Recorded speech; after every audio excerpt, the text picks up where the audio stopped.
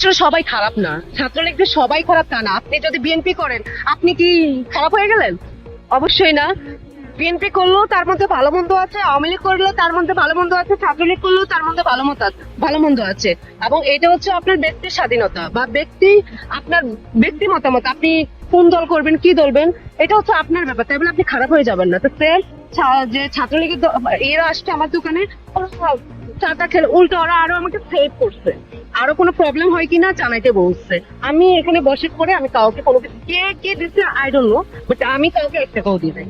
আমি আমার মতো করে আমি ভালোই ছিলাম। কারণ শত্রুতা আসলে মানুষের দেখা যায় কি, আপনি আমার শত্রু কিন্তু আমি আপনাকে চিনতে পারছি না, অদৃশ্য শত্রু। হুট করে আইসা হুট করে হঠাৎ, এতদিন তো কিছু হয়নি, আজকে 8-9 মাস যাবত আমি এখানে দোকানদারি করি, এতদিন আমি কিছুই দিইনি। হঠাৎ করে আইসা এই অবস্থা, তাহলে নিশ্চয়